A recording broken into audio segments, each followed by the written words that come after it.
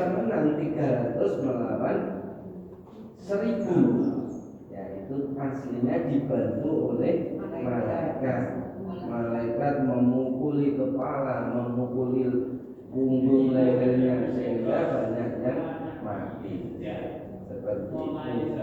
Tapi ini tidak dilihat oleh manusia, tidak dilihat oleh Rasulullah. Bahkan Rasulullah sendiri nggak tahu, nggak lihat, tidak dibuka oleh Allah. Yang tahu adalah iblis. Iblis berlari sudah melihat malaikat. Ini ayat ini menggugah keimanan kita tentang alam gaib, tentang gaib yu'minuna bil ghaib. Tapi kenapa itu tidak terjadi nyata, tidak bisa kita lihat, tidak bisa kita minta tolong kepada Allah terus kemudian ditolong langsung? Nah, itu tidak seperti itu karena diuji keimanan kita, istiqomah apa tidak. Semakin tambah iman terus semakin ragu, diuji terus oleh Allah. Yang bahaya perenungan pikirannya itu kebalik. Maksudnya? Kebalik memikirkan sebenarnya aku enggak Allah pertolongannya. Seharusnya mikirnya semakin tua semakin berpikir bagaimana tambah imannya. Tapi yang terbalik itu pengen meneliti benar enggak pertolongan Allah, akhirnya malah menjadi murtad. Semakin berpikirnya kembali, semakin dihiasi oleh setan untuk berpikir kembali. Akhirnya dihiasi setan untuk merenung benar enggak ya? Buktinya ya enggak. Aku berdoa enggak datang-datang ya. Akhirnya malah menjadi lemah imannya. Itu bahayanya kalau kita salah berpikir. Karena iblisnya itu terus di hati, iblisnya terus di dada. Maka tidak heran ada orang itu sudah mendalami tafsir dan menjadi guru tafsir. Tapi berpikirnya semakin dibalik, berpikirnya di Al-Quran yang sudah ada tafsirnya malah sebenarnya benar atau enggak. Akhirnya pemikiran-pemikiran itu dibantu setan. Oh ternyata enggak benar, ternyata Allah menipu, ternyata Quran itu tipuan. Itu sehingga menjadi kembali menjadi murtad. Bahayanya kalau menafsiri Al-Quran terus direnungi sendiri, enggak mengikuti tafsir yang benar-benar ada referensinya, bisa terbalik. Itu setan enggak takut. Orang yang ahli tafsir itu pintar sekali setan. Setannya yang benar. Setannya sudah ahli tafsir. Itu jadi ada Al-Quran namanya yudilu bihi katsiro. Al-Quran menyesatkan banyak orang. Karena tadi semakin ayatnya semakin dipahami, semakin tidak percaya. Diteliti juga. Karena tujuan penelitiannya untuk tidak percaya, maka dibantu oleh setan. Jadi bihi katsiro, Al-Quran menunjukkan memberi petunjuk kepada banyak orang dan menyesatkan kepada banyak orang. Karena di Al-Quran itu ujiannya Allah. Yaitu kalau dia iman, dia percaya sekali, maka Al-Quran akan menjadi cahaya. Tapi kalau dia baca Al-Quran tapi ragu, semakin ditambah tidak percayanya. Jadi seperti itu bahayanya kalau kita ragu dengan ayat-ayat. Kita lanjutkan. Dalika demikian itu bima dengan sebab apanya bima dengan sebab apanya qaddamat telah mendahului atau mengerjakan aidikum tangan kalian wa anna Allah laisa tidak dia tidak atau dia bukan ada dia itu fakirnya padanya Allah bidolamin dengan yang menganiaya dengan yang zalim dengan yang menganiaya li bagi al-abidi hambanya. Monggo bersama-sama. Dalika yang itu bima dan sebab apanya telah mengerjakan aidikum tangan-tangan kalian wa anna dan sesungguhnya Allah laisa diharapkan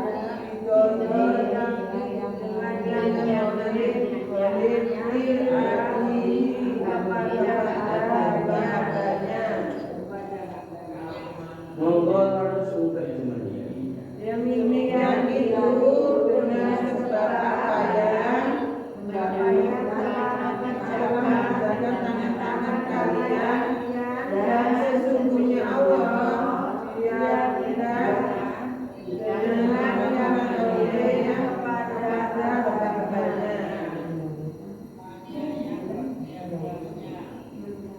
Alhamdulillah di ayat ini Allah menjelaskan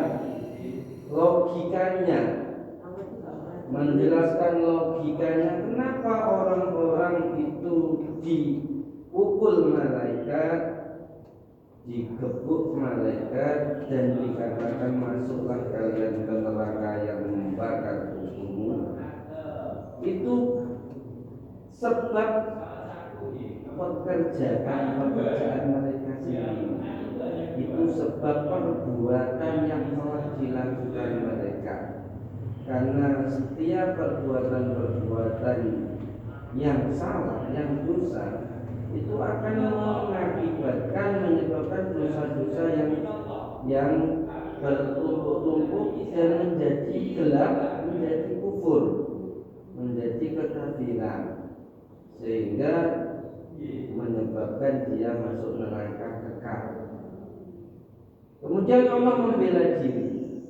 Wa anna Allah laisa bidzalamin lil abid.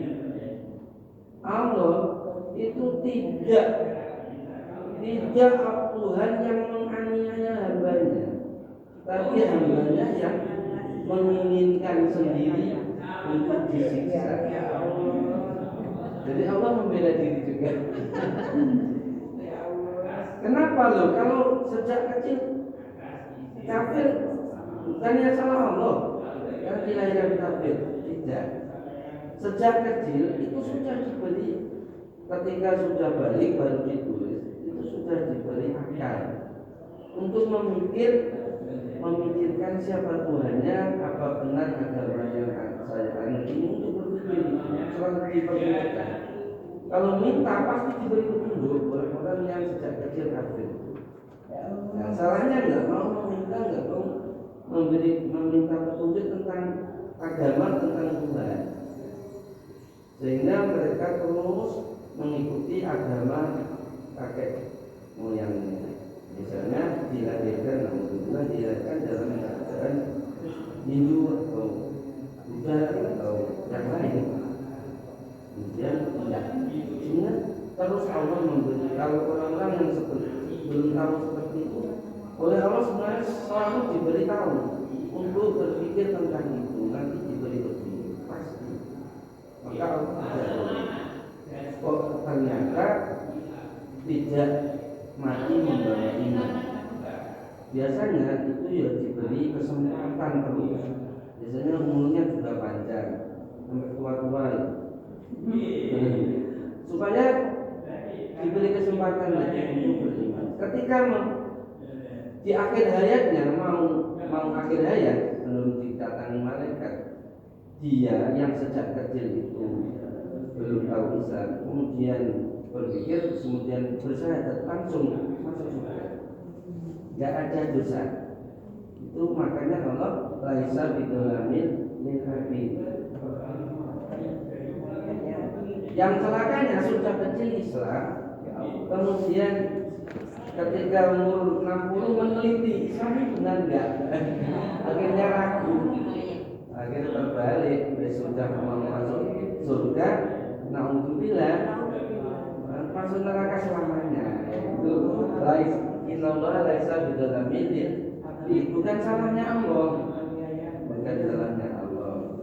Jadi tidak menjamin terus orang yang sholat kemudian nanti tidak berubah, itu Allah menyerahkan kepada kita sendiri. Maka seharusnya semua bentuk ibadah itu mengantarkan takwa, tidak mengantarkan kesombongan. Mengantarkan takwa itu semakin takut kepada Allah, karena tidak menjamin kalau sudah sholat namaz kemudian imannya kuat, tidak menjamin juga. Jadi iman itu harus dikuatkan sendiri, harus meminta. Kita lanjutkan. Seperti dakbi kebiasaan. Kalau di kamunya keadaan, kebiasaan dan keadaan. Kadakbi seperti kebiasaan atau keadaan menurut keadaan. Aslinya dakbi itu kebiasaan.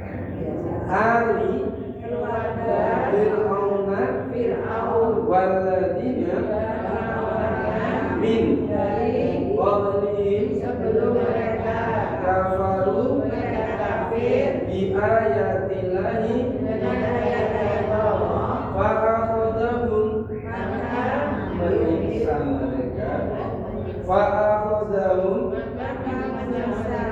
Allahu bidunubihim dengan dosa-dosanya, dengan sebab dosa-dosanya.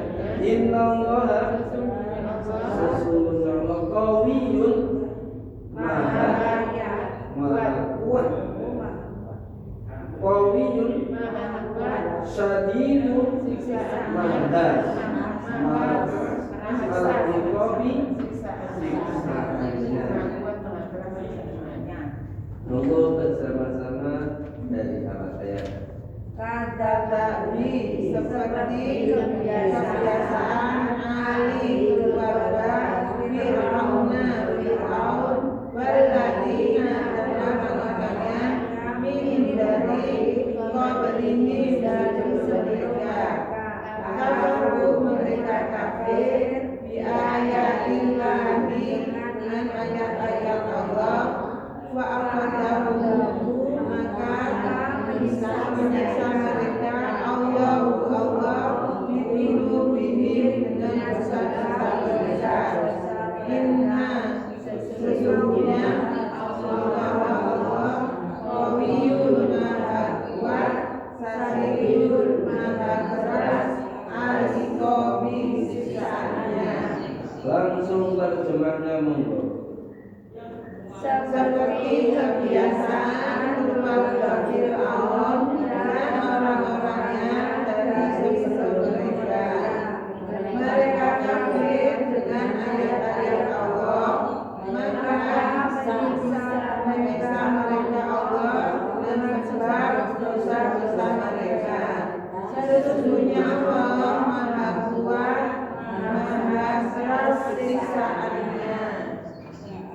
Alhamdulillah, ayat yang terakhir kita baca ini masih sama, yaitu pembelaan Allah bahwa Allah tidak pernah menganiaya hambanya.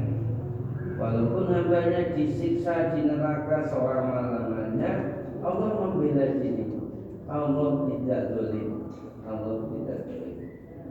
Semua itu sebab dosa-dosa mereka, sebab pilihan mereka, seperti keadaan kebiasaan yang telah dilakukan oleh keluarga Fir'aun dan orang-orang yang sebelumnya, yaitu kaum Ad, kaum Samud dan lainnya, kaumnya Nabi Nuh. Semua mereka disiksa oleh Allah di neraka selamanya nanti. Ini kalau tafsirnya dibaca kemudian ragu, maksud ya disiksa di neraka. Kejam sekali Allah ya. Kalau hanya membaca tafsir, membaca terjemahan, Allah kejar. Seperti itu nanti dibisiki oleh setan. Iya, seperti itu akhirnya menimbulkan pemikiran-pemikiran yang terbalik. Maka kalau mempelajari terjemah itu yang bagian ayat-ayat tentang seperti itu nggak boleh terlalu didalami. Khawatirnya ada ilmu setan. Kecuali ayat-ayat yang tentang hukum, tentang itu yang tambahnya iman. Kalau tentang nanti disiksa, sama-sama nggak tahu nanti kira-kira. Akhirnya tak jadi celana. Itu tadi pembelaan Allah bahwa Allah tidak pernah menganiaya hambanya. Walaupun hambanya itu sudah diciptakan Allah kemudian disiksa sendiri. Biasanya ucapan-ucapan orang-orang yang telah dirasuki setan dalam penafsiran Al-Quran, telah dirasuki setan sehingga menjadi ambang atau timbang tentang Islam, tentang agama Islam. Ini yang saya karena menafsiri, mempelajari Al-Quran langsung. Ya. Ustaz tadi kan bicara kaum Samud itu kan di Al-Ula ya, waktu Rasulullah melewati lembah itu dengan segera bergegas gitu ya, karena waktu itu di daerah situ kan disiksa Allah karena kaum Samud. Tetapi sekarang Al-Ula itu dibangun oleh pemerintah Arab dan orang-orang umur itu mesti diajak ke sana. Itu gimana ya Mas? Ya nanti coba berpikir. Padahal kan nggak boleh Rasulullah aja bergegas melewati itu gitu loh. Apa dibangun? Sekarang pakai kolam renang, terus pakai spot gitu. Terus saya kan Safira ini mau umroh, dibawa ke Al-Ula. Loh kok dibawa ke sana? Itu kan nggak boleh, Rasulullah aja bergegas. Ternyata banyak loh KPH bawa ke sana. Ke Al-Ula iya. Iya. Kan itu kan banyak kolam renang. Dan sekarang kan dirinya sudah dibangun itu pantungnya. Iya kan di situ kan ada yang menyatur Ka'bah kan dari bawah itu berdiri terus ada penarik erotis di atasnya itu nggak tersinggung orang-orang yang Sudah ada akhir zaman itu daerah yang menjadi kota suci sekitarnya tidak bisa dibuat apa itu Pak standar Islam. Jadi itu ujian. Aku rasa kira itu besok banget itu Al-Ula. Jadi Rasulullah juga bergegas melewati tempat itu kan. Itu pilihnya setan itu. Iya kan wilayah benar. Iya. karena sudah terpengaruh dengan mestinya di sana itu kota suci sehingga orang melihat menjadi standar Arab, standar kita Arab, tapi tidak bisa seperti itu. Karena tidak seperti itu. Ini sudah dibawa ke model. Dan menurut kenyataannya itu banyak PSK itu berjilbab. Katanya orang yang di sana itu. Jadi ada jilbab sendiri. Ada jilbab yang tersendiri, ada tandanya. Jadi di sana juga banyak seperti itu. Padahal kamu punya di sana itu kalau memang membutuhnya yang dirajam, tapi ya itu banyak. Allah alam ya. Apalagi nanti menjelang akhir zaman makin banyak. Seperti zaman dulu lagi. Jadi tidak bisa dijadikan standar alam.